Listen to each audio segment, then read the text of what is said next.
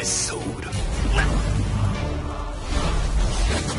So, this episode of Bungou Stray Dogs was freaking, it was alright, like for real. Towards the end, it got way better as the episode kept progressing, because when the episode first came on, it wasn't really that good, to tell you the truth. Like, that's how I felt, at least watching it.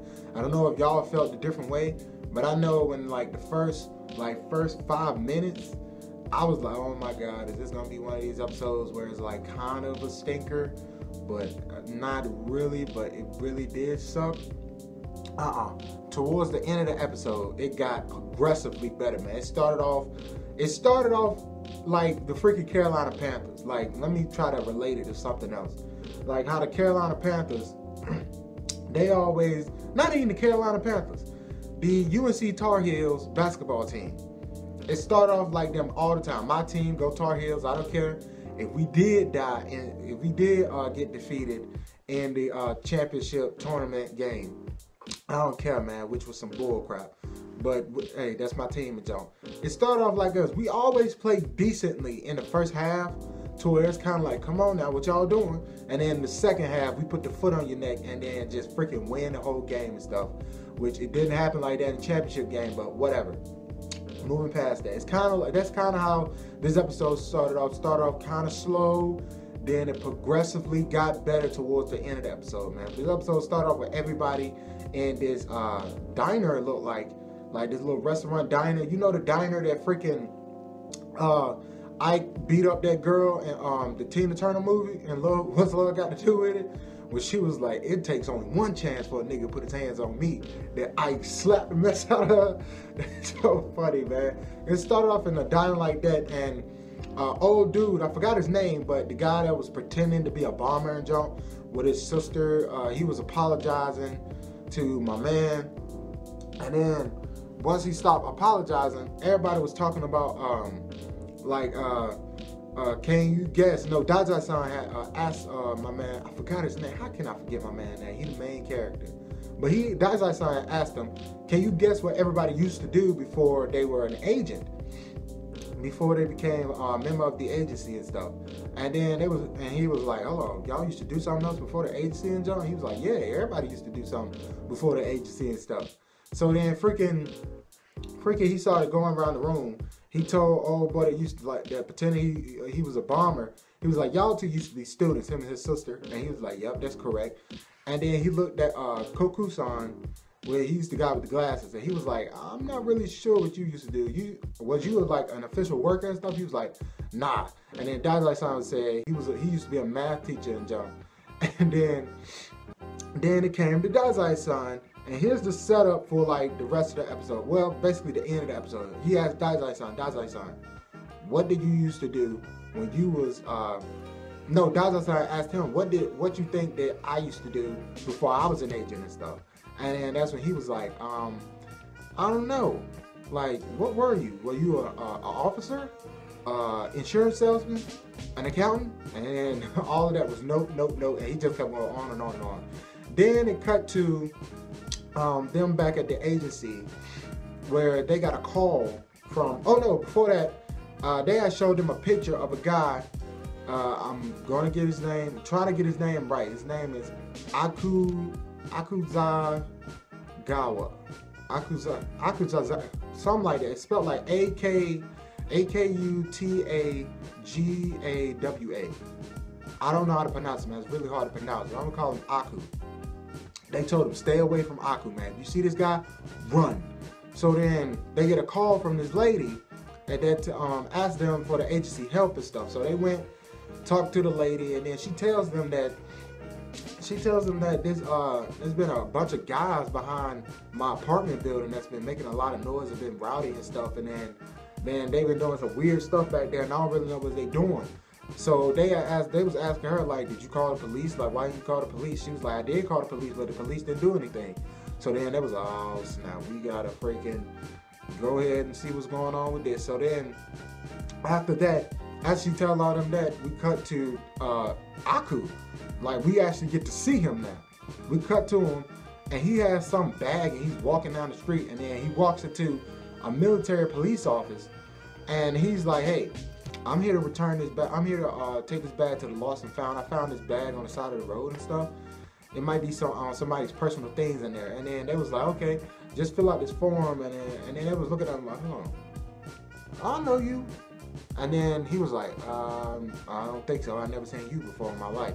And then they was like, I do know you. You're the fugitive. And then they panned the camera out to where you saw a poster of his face like on the front desk. And then they would pull out their guns and jump. And they was like, stop right there. Don't move. So he was like, oh snap. Y'all done messed up. And then he freaking like pulled out his special move and jump. It was like some kind of black freaking like, some kind of like black face or something like that. I don't know what it was. And then it just cut to, back to Daizai's son for a little bit. Him and Kaku's son, they over there just bantering just for like comedic sake and stuff. So then it cuts back to Aku. And Aku had killed those guys. And the bag wasn't even a lost and found bag. It was a bag full of explosives. He walked out, called somebody, was like, it's done. And then the bag blew up, and it blew up the whole entire building and stuff.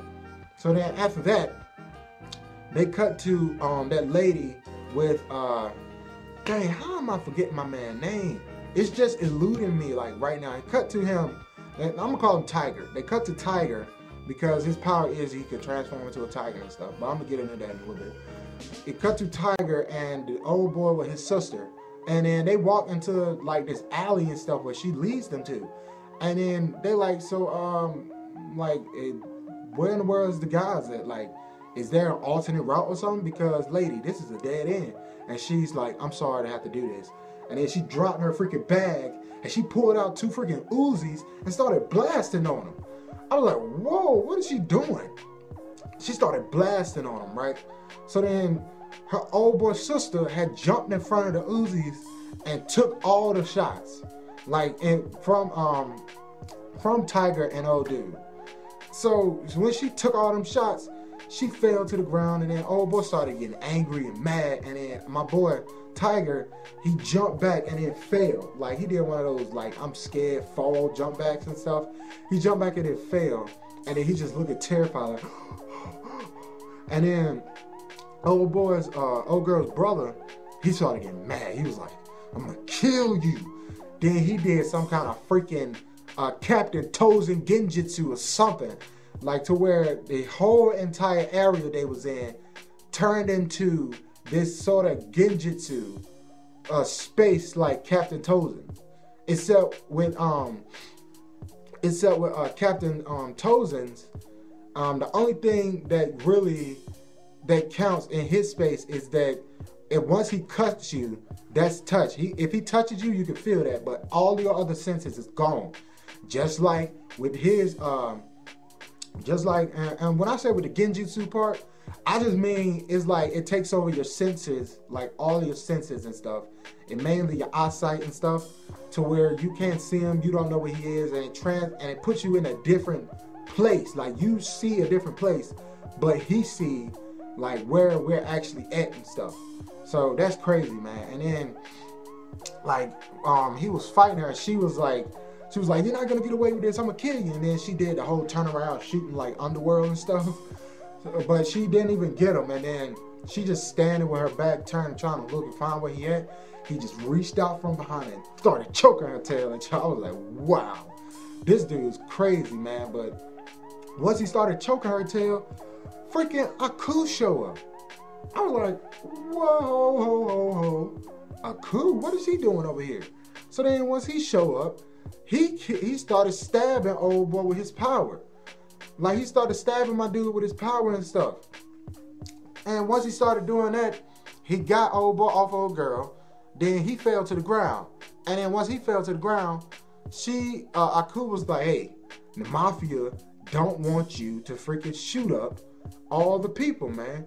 They need you. They need this dude alive, but you come over here being gun-ho and stuff. You're an idiot. So he slapped the taste out of her mouth like Ike. And she like, I'm sorry. So then after that, freaking, oh yeah, and when I say the mafia, I forgot something. Like when Dazai-san and Koku-san was telling my man Tiger about about Aku. They was telling him that he's a part of this mafia called the Port Mafia, who is basically like the Mexican mafia in Mexico. Like, they're involved with everything. They're like, I don't know if the Yakuza is like the Mexican mafia, to where they have ties within the government, the police, every level of government, all the way up to federal. Like, I don't know if they're like that, but I'm gonna just correlate them to the Mexican mafia and stuff.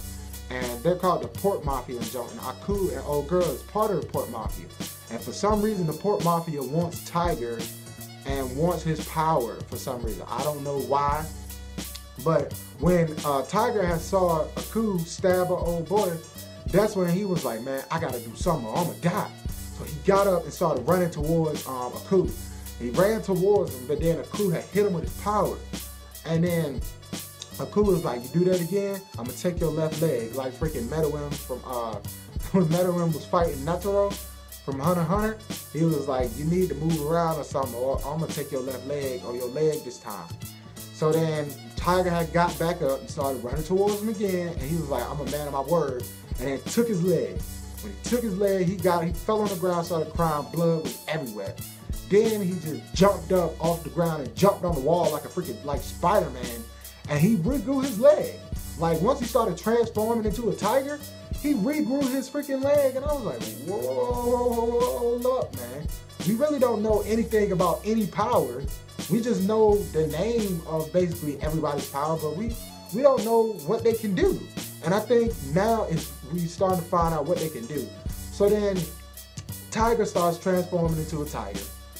He transforms into a tiger, and old girl got the Uzi. She got some backup ammo. She starts shooting, and she's like, dang, these bullets ain't doing nothing. They can't even pierce his skin.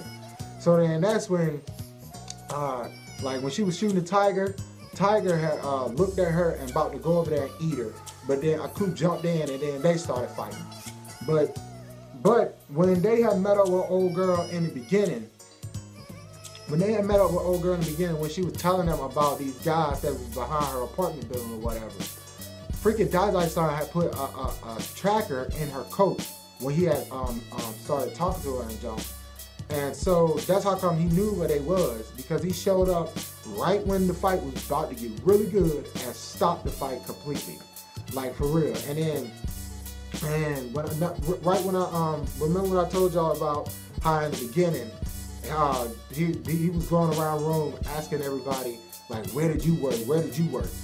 And so they was asking Dazai-san, like, Dazai-san, where do you work? Oh yeah, and then Dazai-san was like, if you can find out where I used to work, I give you 700,000 yen.